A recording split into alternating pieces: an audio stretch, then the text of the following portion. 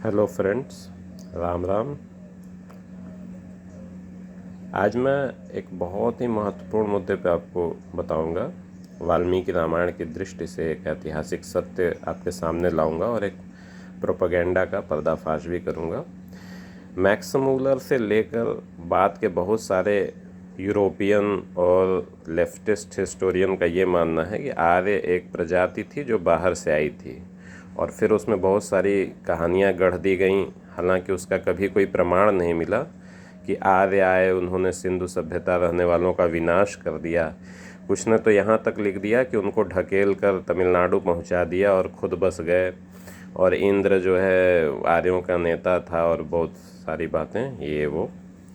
तो आज हम आपको इस प्राचीन पुस्तक के द्वारा, ये आदि काव्य वाल्मीकि रामायण है, इसके द्वारा हम आपको ये बताएंगे कि क्या वास्तव में आर्य शब्द का अर्थ क्या होता है। क्या आर्य शब्द किसी प्रजाति का या रेस का सूचक है, या किसी जाति का सूचक है, या किसी भाषा का सूचक है। आइए देखते हैं।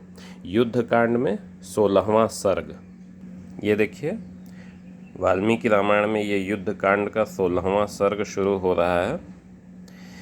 ये प्रसंग है जबकि विभीषण और रावण में बहस हो रही है। ठीक है, तो अब उसमें आप श्लोक संख्या देखिए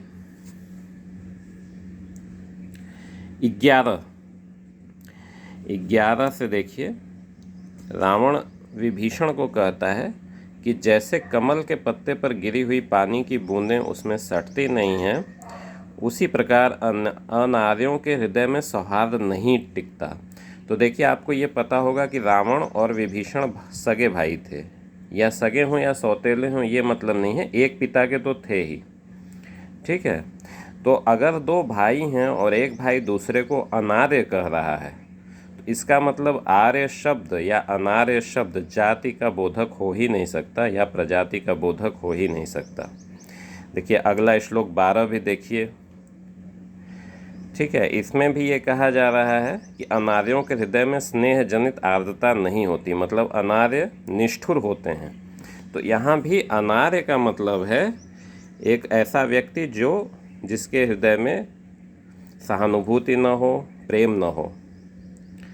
श्लोक संख्या 13 देखिए कि अनार्यों के वही बात कही जा रही है कि स्नेह का अभाव होता है, और तुम भी ऐसे ही अनार्य हो। 13 देख रहे हैं। और ये देखिए, ये मैं आपको एक बार फिर से दिखा दे रहा हूँ कि यहाँ श्लोक संख्या 7 देखिए, उसमें अपने स्वार्थी जाति भाई कह रहा है।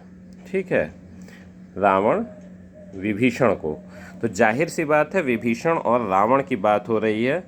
देखिए, रावण के द्वारा विभीषण का तिरस्कार और विभीषण का फटकार के चल देना। फिर श्लोक संख्या 14 देखिए, जैसे भ्रमर रस की इच्छा से काश के फूल का पान करे तो उसमें रस नहीं पा सकता, उसी प्रकार अनार्यों में जो स्नेह होता है वह किसी के लिए लाभदायक नहीं होता। श्लोक संख्या 15 में उसे दुर्जन कह रहा है।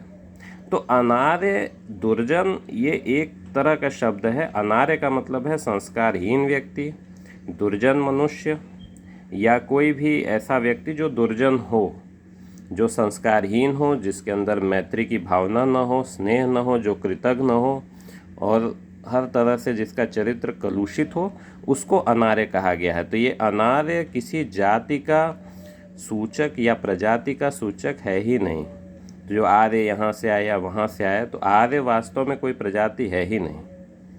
वीडियो देखने के लिए धन्यवाद।